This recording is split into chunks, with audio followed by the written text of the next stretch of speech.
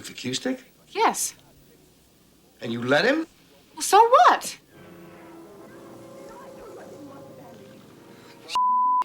In the pantheon of Martin Scorsese's movies, this particular movie doesn't come up off the top of people's heads. The movie is a sequel to a film from 1961 called The Hustler, and it pairs up two legendary actors, one veteran and one on his way up. You may think this movie is about pool, but in fact, it is a movie about observation, human behavior, and the fallacy of youth. I'm Meffistoe. Like, share, and subscribe because this is my review of the movie, The Color of Money. We got a racehorse here. Thoroughbred. You make him feel good, I teach him how to run. Do you understand me? We're business people. The Hustler came out in 1961, earning its lead actor Paul Newman an Oscar nomination for his role as Fast Eddie Felson. In 1986, Newman won the Oscar for playing the same exact character, Fast Eddie, but in the sequel, The Color of Money. The movie begins as Eddie is trying to sell some liquor to a bartender, which later on we learn is Eddie's girlfriend. As they casually converse, Eddie's protege, Julian, keeps losing in pool to Vince Loria, a hotshot young stud who seems to have a talent for the game. Come on the snap, Vincent. That kid's got a sledgehammer break. Eddie is fascinated with Vince, and he is convinced that he can teach him the hustle game. He goes to Vince's workplace and offers him a deal. 6 weeks on the road, going from pool hall to pool hall, playing games, winning money, and at the end, reaching Atlantic City and playing in the championship. Pool excellence is not about excellent pool. It's about becoming something. Vince begrudgingly agrees, but only after Eddie convinces him that if he's not gonna leave his dead-end job, his girlfriend Carmen is gonna leave him. On the side, Eddie also hustles Carmen to work Vince out. So this is liquor money, huh? Son, I invest. You know what I invest in? Excellence. Vince takes his girl Carmen and goes on the road with Eddie. Carmen and Eddie seem to be on the same wavelength when it comes to playing the hustle game, but this is beyond Vince. They keep going from pool hall to pool hall, and Vince continuously misunderstands what exactly is required of him. You go in that place, you play your part. It's nice, huh? I put my hands on her, I'm playing a part. It's acting. Your hands are all over her, I'm Eddie! acting! It's acting! Vince is a bit of a hothead, and worst of all, he hates to lose. This is not the best component for the game that Eddie is playing. At a certain point, when it seems like Eddie is finally getting to Vince, Vince screws up again, which prompts Eddie to go out on his own. But to his detriment, he drinks a little bit too much and overplays his hand, especially against a young buck. And of course, he gets hustled. I showed you all I got. I showed you my ass in here. Now what the hell else do you want? That's it. That's all. Eddie finds new love for the game and decides to train himself and show up for Atlantic City, which leads them on a fast track to face the inevitable, a game versus Vince. And now everything is on the line. The prestige and the chance to win the big title. Who will win?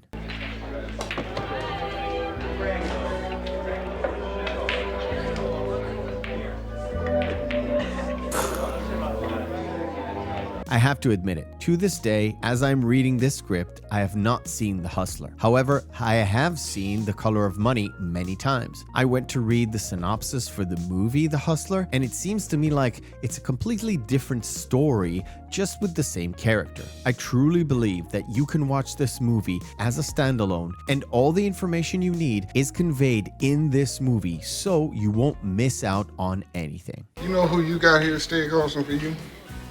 This is Fast Eddie Felson. Who the hell are you, the end of the world? Tom Cruise, much like Vince, seems like a brash young guy that doesn't know what is going on, but by the time we see him in Atlantic City, he has come full circle and gone through this whole transformation. For most of the movie, he is that innocent, clueless, and brash young guy, but by the end of the movie, we can see him turn into this talent that Eddie was setting him up to be. Regardless, this is peak 80s Tom Cruise. 1 year after Top Gun and a couple of years removed of Cocktail and Rain Man. The same arrogance, the same cockiness is still there, and it fits this particular character of Vince Loria like a glove. The casting was spot on.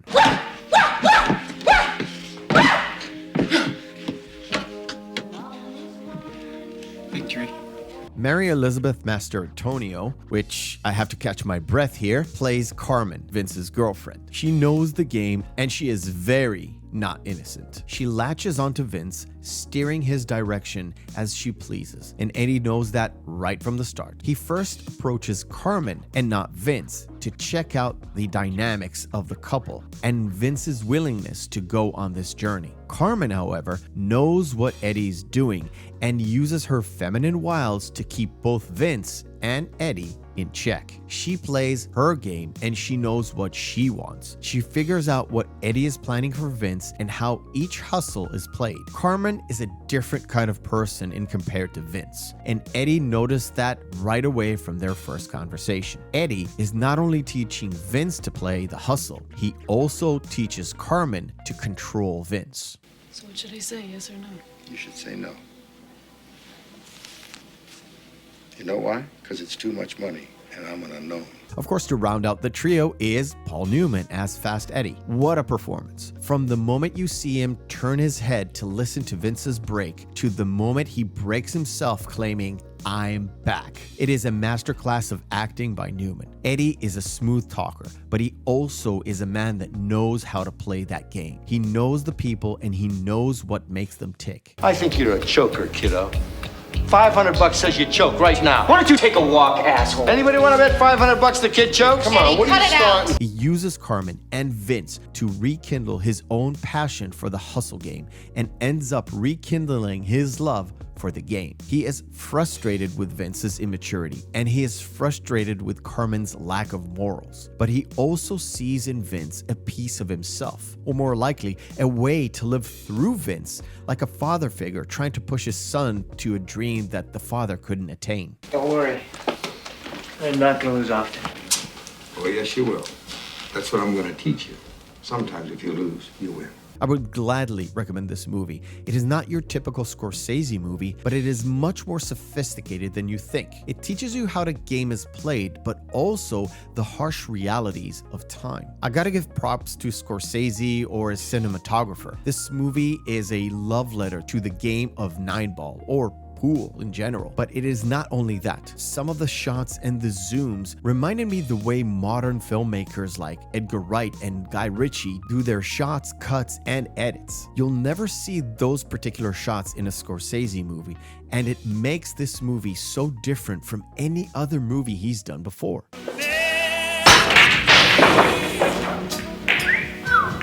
Not bad, huh?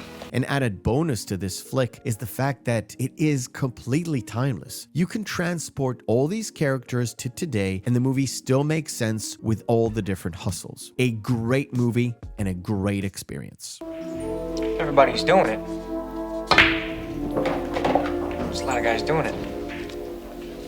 I thank you for watching, and remember, hope is a good thing, maybe even the best of things, and no good thing ever dies. I'll see you on the next video.